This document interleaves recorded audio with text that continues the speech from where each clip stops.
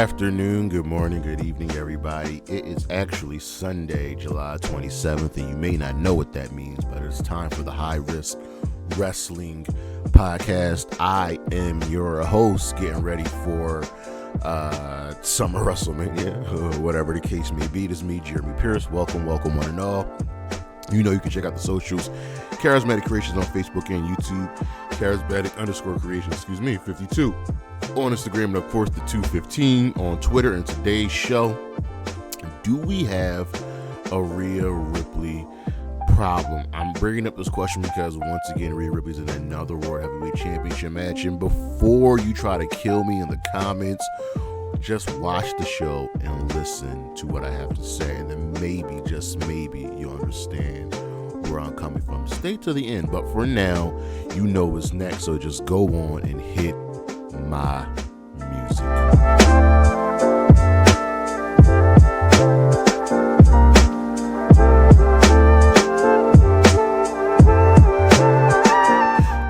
This list is very, very simple. These are Rhea Ripley's 5 best opponents throughout her WWE career. So number 5, Raquel Rodriguez, aka Raquel Gonzalez. These two go all the way back to NXT. Raquel was the one who take the championship from Rhea. Rhea injured Raquel on the main roster. They have gone back and forth, even though the matches have been anywhere from good to better than good.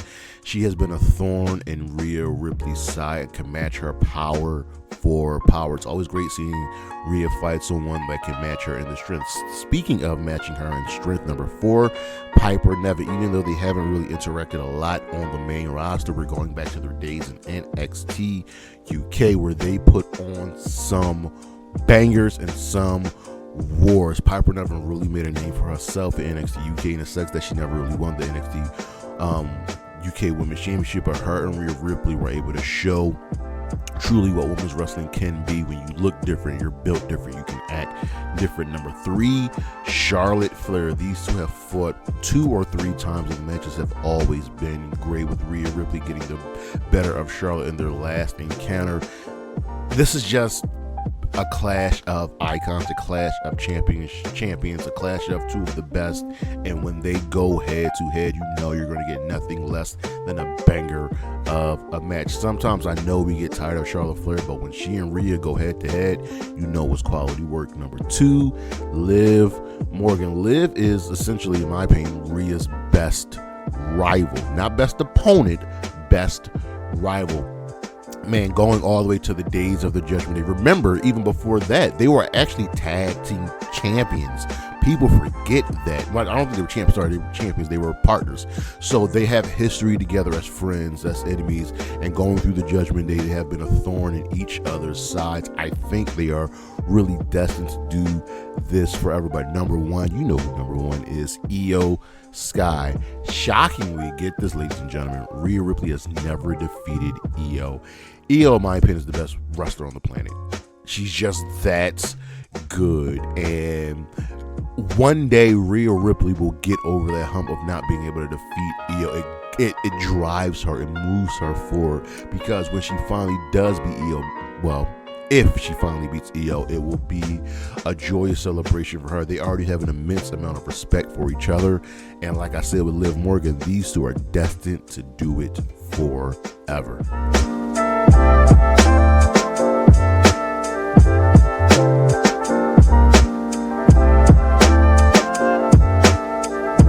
The spotlight is on again, and it's shining for one Giulia. The current WWE Women's United States Champion was inevitably going to win gold, and more so, it's shocking that she's won gold before Stephanie Vaquera, because they clearly see something in Stephanie Vaquera. Not to say they don't see anything in Giulia, but it's time to give the Joshis the push that she has earned throughout her career, and I think she's going to have a nice long reign. She will be able to have just a great quartet, I would say, of challengers, because there's going to be like 4 women that are ultimately going to challenge her, and she's going to find that forever rival, which I think everybody has, and it might even be Zelina Vega, because I love what they're doing with Zelina. Giulia is a very, very special talent, and whatever she does, she's going to be the best at it. She's going to be great at it, and I think she's going to help finally elevate that Women's United States Championship just a little bit more. Not to say that Zelina wasn't a great champion, because she was, and Chelsea Green, the first champion, was absolutely amazing, but I think Giulia is going to take this belt and truly run with it. I love Giulia. I can't wait to see what she does. Part of me wants to see her be able to show her talents with some more, let's just say, elite competition, but she's going to do very, very well on SmackDown. We'll be right back.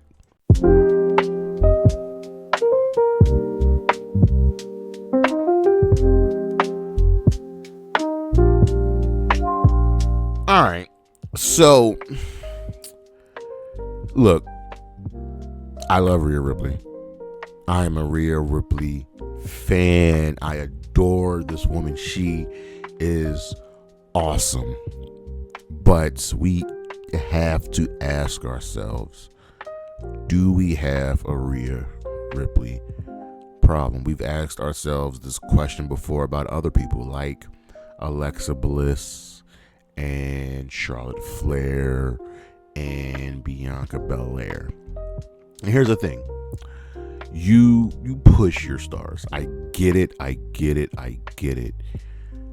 But Rhea Ripley's just here all of the time. So today we're asking ourselves, really, do we really have a Rhea Ripley problem? And just stay with me, bear with me for the entire show, and wait till we get to the end before we answer this question. So we got to start off with, who is Rhea Ripley? And we're going to give you a brief rundown of her career. So she made her debut in the WWE, her WWE career. Made her debut in the WWE in the Mae Young Classic, where she made a name for herself. She looked very, very different from how she looks now. She defeated MJ Jenkins, Casey Catanzaro, and Tegan Knox, and she ultimately lost to the woman she just can't beat, Io Shirai, aka Io Sky, in the semifinals.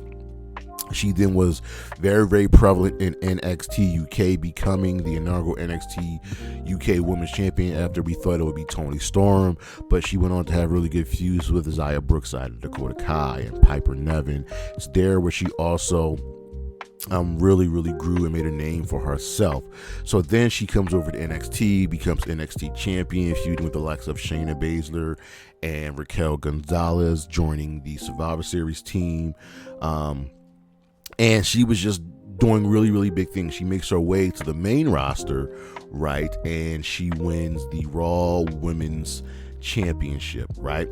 And she's a great, great champion. She then, wins the tag team titles, and she's slowly climbing the ranks, and she's climbing the ladder, and she's getting more and more popular. She then joins the Judgment Day, and that's ultimately where Rhea's popularity explodes, starting out as a heel in the Judgment Day alongside Finn Balor, Edge, and Damian Priest, bringing in Dominic Mysterio. Remember, she manipulated Dominic Mysterio, then getting excommunicated from the Judgment Day alongside Damian Priest, and then finally becoming that true standalone top star on the roster, only equaled by Becky Lynch. Rhea Ripley was just dominant, right?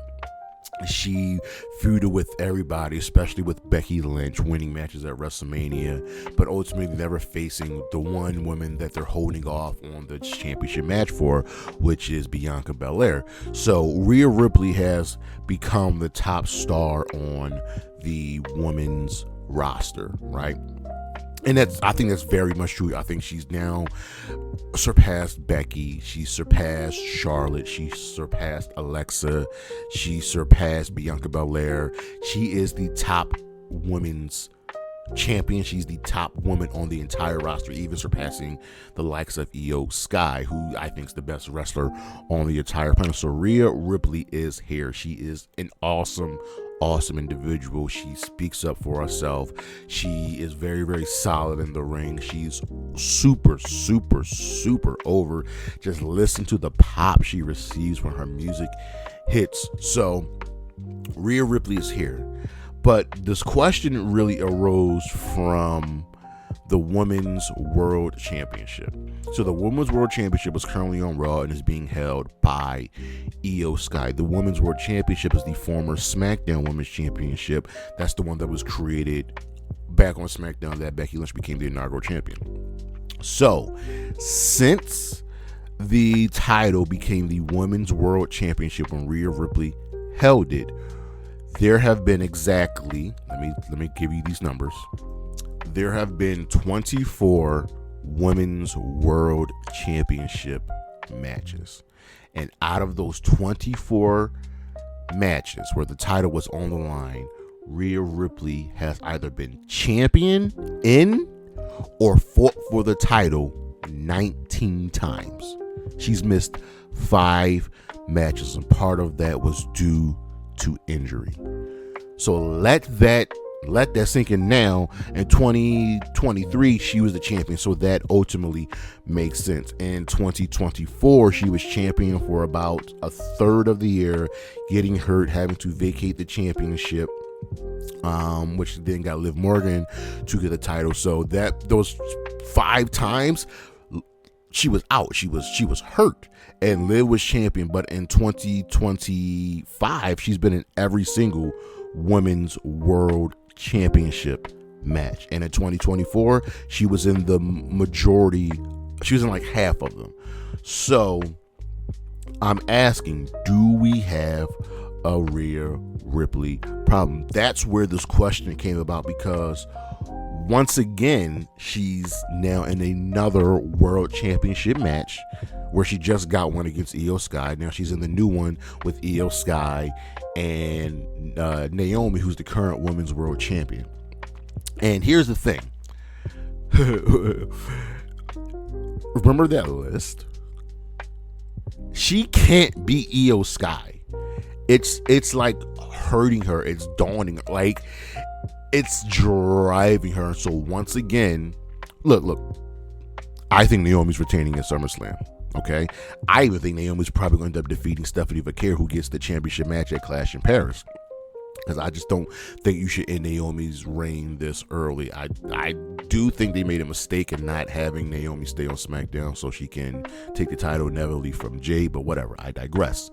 Io and Rhea are destined to do this forever, and at some point Io's going to become champion. And again, at some point, Rhea Ripley's going to be champion again. So how do you keep having Rhea in all of these championship matches? So when I ask yourself, do we have a Rhea Ripley problem? The answer is no. Because at the end of the day, you can't blame the talent, you blame the booking, you blame whoever is in charge. See, that's the thing. And going back to when Vince McMahon was in charge, they have a hard time making stars. We got tired of the 50-50 booking because you can't make a star. And they made a star in Rhea Ripley. And I get that you want your star to fight for the championships, but did we not learn our lessons from Triple H and John Cena and Charlotte Flair and Bianca Belair? Now, I will give credit where credit is due. Rhea Ripley has been able to be, unlike Charlotte Flair, unlike even John Cena, she's been able to be in feuds that don't involve the championship, and that's made her a better character for sure. We're finally getting that with Charlotte Flair. So Rhea Ripley isn't the problem. So since she's been on the main roster outside of Becky Lynch, because Becky Lynch was lightning in a bottle that just worked, right? Liv Morgan and Bianca Belair have been truly the only new stars made. And look, I'm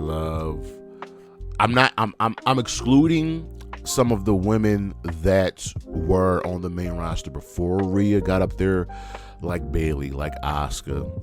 And we're going to talk about a few others like Charlotte, like Alexa. But during Rhea's time, Liv and Bianca have been the only stars truly made. Jade is getting up there, but it's never shocking to see Liv and Bianca in main events, right? Naomi is a lifer. She's been there for a long time, and now she's getting her second win, and she's doing the best work of her career. Liv Morgan, for the last 2 years, in my opinion, has been the most important woman in all of WWE. She has been a house of fire, and Bianca's been, dealing with the Naomi Jade stuff, helping to make Jade a star. So you see where things fall. Now, look, they are very much trying with Stephanie Vaquer and Lyra Valkyrie. They really clearly see something in Stephanie Vaquer. She did not spend a long time in NXT. She is super, super over. She's getting there. And after failing in the beginning with Lyra Valkyrie and her start and stop pushes, this feud with Bayley and Becky has helped elevate her. It's opened her up more. She feels more comfortable. She's putting on great matches. And I attribute that to not only her, but also being placed with Becky and Bayley, two of the best in the business who can get the best out of you. So they're trying with Stephanie, they're trying with Lyra, and they're working. But on the other token, they completely failed with Shayna Baszler and Kairi Sane. So Shayna Baszler is no longer the company. It's criminal that Shayna Baszler never won a world championship on the main roster. It's criminal. It's criminal that Kairi Sane, one of the best women's wrestlers on the planet, has not won a world championship on the main roster. These two had a great feud and rivalry over the NXT Women's Championship, going to their days fighting in the Mae Young Classic. Kairi and Shayna are two of the best in the ring. Shayna's not even a company anymore as a wrestler. She's now working as a producer at NXT. And Kairi looks like she's destined to be in a tag team or no more than a mid-card champion. I don't think Kairi's ever going to win a world title on the main roster unless they put the Money in the Bank briefcase on her. So you've already failed two of your best who have unique looks, and the fans were behind. So you already failed them. Now you have Naomi holding it down because this heel turn has worked wonders for her. She has been great, and now she's your world champion. And I think it was a little bit of a mistake. Moving her from SmackDown, but we see it's working out for her. So Naomi's proceed with caution.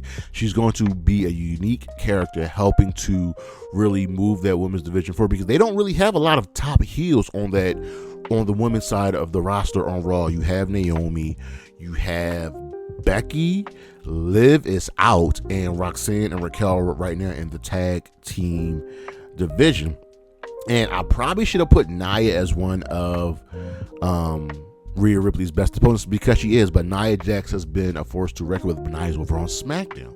And I've been focusing on mainly the Raw side of things, because that's where Rhea has spent a lot of her career recently, on the Raw side of things. But Nia, since coming back, has feuded with Rhea Ripley multiple times, and they have been awesome matches and opponents. I really should have put Nia Jax in that on that list. I apologize, Nia. But then here's the other part. Asuka and Bayley have felt like afterthoughts. They have been seen as gatekeepers to make new stars, which is not a bad thing, but like, go and look at Asuka's and Bayley's careers respectively. Just go take a look at them. They've done everything, especially Asuka. Asuka's won the Royal Rumble. She's won War Games. She's won TLC. She's been the sole survivor. She's done everything, and she might be the most decorated woman out of all the WWE, and she feels like an afterthought time and again. She's main evented pay-per-views. She's been in WrestleMania title matches, and yet she feels like an afterthought. And the same thing is with Bayley. I love Bayley. She's my favorite women's wrestler in the WWE. Bayley needs. I don't want to say she doesn't do this, but I think Bayley should just speak up more and advocate for herself more. Bayley is so respected in this industry and in this business that she starts to fall into that Bryan Danielson category of putting on a great match and helping put other people over and helping to make stars, which is great. But Bayley has done everything, and now she's once again in limbo. She's once again left off a major pay-per-view, and she's one of the top women you have. And I would not be shocked to see that in a year's time, to hear that Davina Rose is all elite. And they've been relying too much on Becky Lynch. Becky is a star, plain and simple. She's taken time off and immediately is back at the top because Becky Lynch is just that good. She is the man. And now they're using Becky Lynch to help make Lyra Valkyria a star, and it is working. But you cannot keep relying on Becky Lynch to keep making stars. She's doing it with Lyra. She did it with Bianca. She did it with Liv. She did it with Rhea. Bianca and all those people owe a lot of their careers to Becky Lynch because of just how good Becky Lynch has been putting these women over. But you can't keep relying on Becky. And will they pull the trigger on Roxanne Perez? She's the prodigy. She's called the prodigy for a reason. She is that good. But right now she is in a tag team, and she carried NXT more than Mello, more than Braun, more than Trick, more than Oba, more than everybody. Roxanne Perez was NXT, and yes, I am loving where they're going with her and Raquel and Liv Morgan in the Judgment Day. It's going to be a beautiful, beautiful storyline. But will they ultimately pull the trigger on her, making her a face, or even making Liv a face? So what will they do? So when we bring it all back, you've only made a star out of Liv and Bianca. You're trying right now with Stephanie Vaquera and Lyra Valkyria. You already failed Shayna and Kyrie. Naomi's holding it down. Nia Jax is over on SmackDown. Asuka and Bayley feel like afterthoughts. You're relying too much on Becky Lynch, and will you pull the trigger on Roxanne Perez? So when we go back to the question, do we have a Rhea Ripley problem? The answer is no. Rhea Ripley isn't the problem. It's a problem of their own making from those in charge. Be better at making stars. Be better in your booking. You let go of Isla Dawn. Candice LeRae is still here. You're not doing anything. You failed Indy Hartwell. You broke up Jakara Jackson and Lash Legend. Jordan Grace is doing what in NXT because she's eventually got to come to the main roster. You have other women on the main roster. You got B-Fab, and you've got Meech, and you've got Chelsea, who should be a world champion at this point. Like, you have all these women, and yet you keep going back to the same thing. And you've got to be better in your booking. Your roster is too big and too good to keep doing the same thing over and over and over again. And will it get better? I think it will get better, because at some point you've got to see the forest you got to see the trees in the forest and be like, okay, we've got to start making stars. For example, Meech and Giulia, Stephanie, and Zelina Vega all have unique looks and all appeal to fan bases that you cater to, and you're not doing it. You have to find a way. But that is our show, ladies and gentlemen. Thank you for listening. Thank you for watching. Listen, I apologize. I have been sorely lacking on other content, and I'm sorry for that. There should be more stuff on TikTok. There should be more stuff on YouTube. There should be more stuff on Instagram, and I have to be better with it. I have to be more consistent, and I'm sorry, and I'm trying. I apologize. I will be better. But thank you for listening. Thank you for watching. I greatly, greatly appreciate it. Help grow with me. Tell me what you guys want. Look on the screen what we got coming up. Next month is a big month because we have a lot of things going. We have SummerSlam, and we have, I believe, Forbidden Door going down. Check out the socials, Charismatic Creations on Facebook and YouTube, Charismatic_Creations52 on Instagram, and of course the 215 on Twitter. And as always, Chris Statlander, Willow Nightingale, Anna J, Dawn, Priscilla Kelly, and Bailey. Holla at your boy. Peace.